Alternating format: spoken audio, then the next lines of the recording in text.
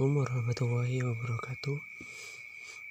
Baiklah, saya Abdul Hafiz. Di sini saya akan menjelaskan tentang ini. Poin pertama, pemaknaan kontra narasi ekstremisme. Yang pertama, pengertian kontra narasi. Kontra narasi ekstremisme menurut Jaap van Aerten ialah sebuah narasi dalam bentuk komunikasi yang sengaja dilakukan guna melemahkan, menandingi, serta mempengaruhi narasi ekstremis dengan memberikan narasi alternatif. Sedangkan menurut Halverson, kontra narasi ialah sebuah alternatif untuk mempengaruhi pendengar dalam bentuk komunikasi guna mencapai maksud dan tujuan tertentu. Sejalan dengan pengertian tersebut, kontra narasi pada tahap selanjutnya diimplikasikan sebagai upaya pencegahan agar setiap pendengar tidak mudah terpengaruh oleh narasi ekstremis. Selain itu, kontra narasi juga berupaya dalam mencegah tindakan kekerasan serta permusuhan antar umat beragama. Teori tersebut mengandaikan bahwa terbentuknya narasi ekstremis memang sengaja disusun sedemikian rupa sebagai bentuk penindasan terhadap umat Islam dengan membingkai suatu peristiwa atau framing.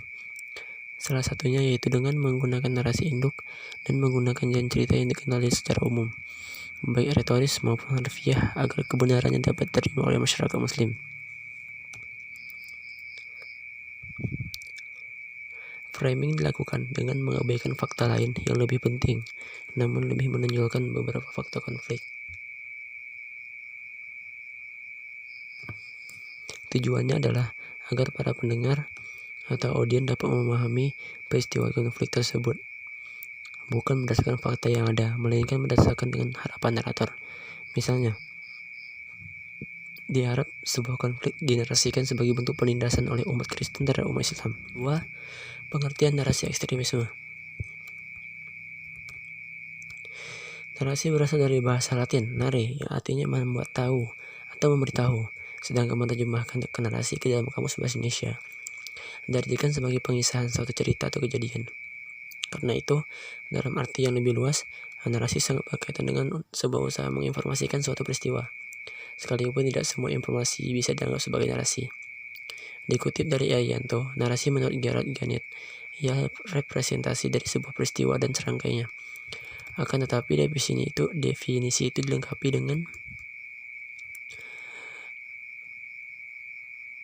oleh Gerard Price. Menurutnya, narasi ialah sebuah representasi yang dikomunikasikan oleh satu, dua, atau beberapa narator untuk satu, dua, atau beberapa narasi dari satu atau peristiwa lebih, baik nyata maupun fiktif.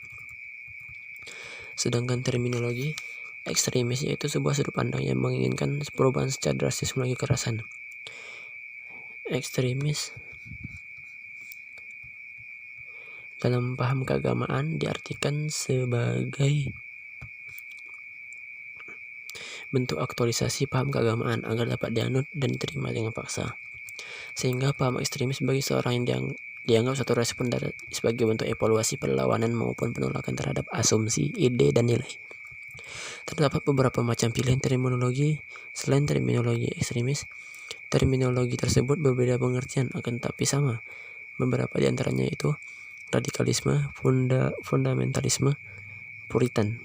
Akan tetapi, seperti yang diketahui, radikal secara bahasa berasal dari kata radik, yakni mengakar. Sebagai pemeluk agama sudah menjadi kewajiban seorang untuk memahami Islam secara mendalam. Istilah fundamentalistik juga tidak digunakan. Fundamental berarti mendasar, yang mana bagi pemeluk agama tentunya sangat berpegang teguh pada agama serta kitabnya. Saya akan melanjutkan materi dari saudara Abdul Hafiz. Karakteristik narasi ekstremisme. 1.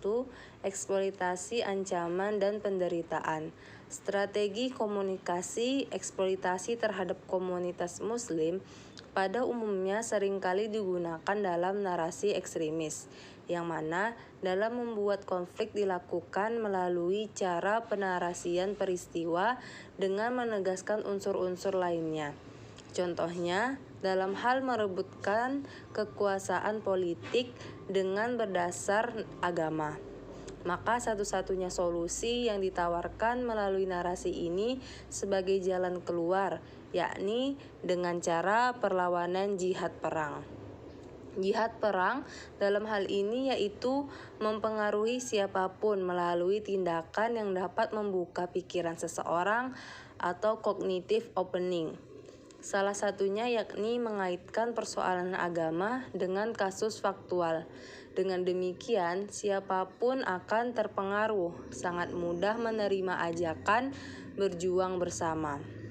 2. Propaganda jihad perang atau qital. Dalam hal ini, narasi jihad perang atau qital dimunculkan oleh kaum ekstremis sebagai sebuah dampak dari penarasian. Penggambaran umat Islam yakni sebagai korban dari tindak kejahatan non-muslim yang mana dianggap sebagai umat yang memusuhi Islam secara terang-terangan. Menurut umat Islam, pengintimidasian non-muslim tidak hanya dilakukan di Palestina saja, bahkan juga terjadi di seluruh belahan dunia. Oleh karenanya, bukan suatu ketidakmungkinan jika umat muslim melakukan perlawanan dengan melalui jihad perang. Dengan demikian, umat muslim terus-menerus menyerukan bahwa penyebaran agama Islam diperbolehkan melalui jalan perang, juga paksaan, yang mana mereka meyakini berperang di jalan Allah atas dasar agama ialah termasuk golongan syahid. Ketiga, penafsiran ayat Al-Quran secara ideologis. Ayat-ayat Al-Quran dijadikan dasar penarasian. Upaya ini dilakukan sebagai penguat propaganda jihad perang oleh para kaum ekstremis. Jika dilakukan perbandingan, maka ayat mengenai perdamaian jumlahnya lebih banyak daripada ayat mengenai ekstremis. Kaum ekstremis mengumpamakan pertikaian yang terjadi hari ini di sebagian daerah muslim adalah ulah dari non-muslim. Hal ini nampak ketika kaum ekstremis mengartikan ayat Al-Quran. Narasi kekerasan diidentifikasikan melalui pengunggulan ayat peperangan dibandingkan ayat perdamaian. Oleh karena itu, ayat-ayat qital yang hakikatnya berlatar sejarah diartikan menjadi sebuah keinginan yang akan dicapai. Baiklah, sekian dari saya. Untuk materi selanjutnya akan disampaikan oleh moderator. Saya kembalikan kepada moderator. Baiklah, saya akan melanjutkan penjelasannya. Materi yang selanjutnya yaitu strategi kontra narasi ekstremisme. Yang pertama yaitu ada framing. Framing seringkali dimaknai sebagai analisis alternatif dalam membingkai peristiwa guna melihat cara pandang khalayak dalam menyeleksi isu-isu, juga mengungkap fakta-fakta yang ada. Framing dilakukan dengan mengabaikan fakta lain yang lebih penting, namun lebih menonjolkan beberapa fakta-fakta konflik. Tujuannya adalah agar para pendengar atau audiens dapat memahami peristiwa konflik tersebut bukan berdasarkan fakta yang ada, melainkan berdasarkan dengan harapan narator.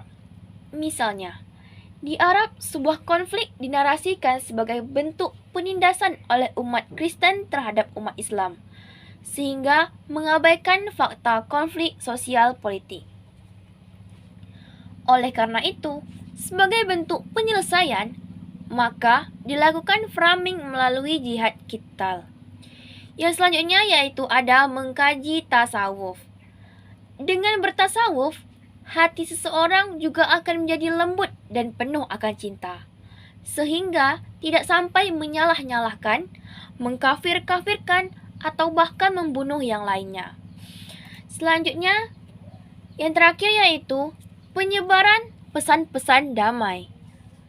Pesan-pesan damai tersebut harus mampu dijadikan viral, baik dalam dunia nyata maupun media sosial. Propaganda seperti radikalisme akan sulit tumbuh jika penyebaran pesan damai dijadikan sebagai gerakan bersama.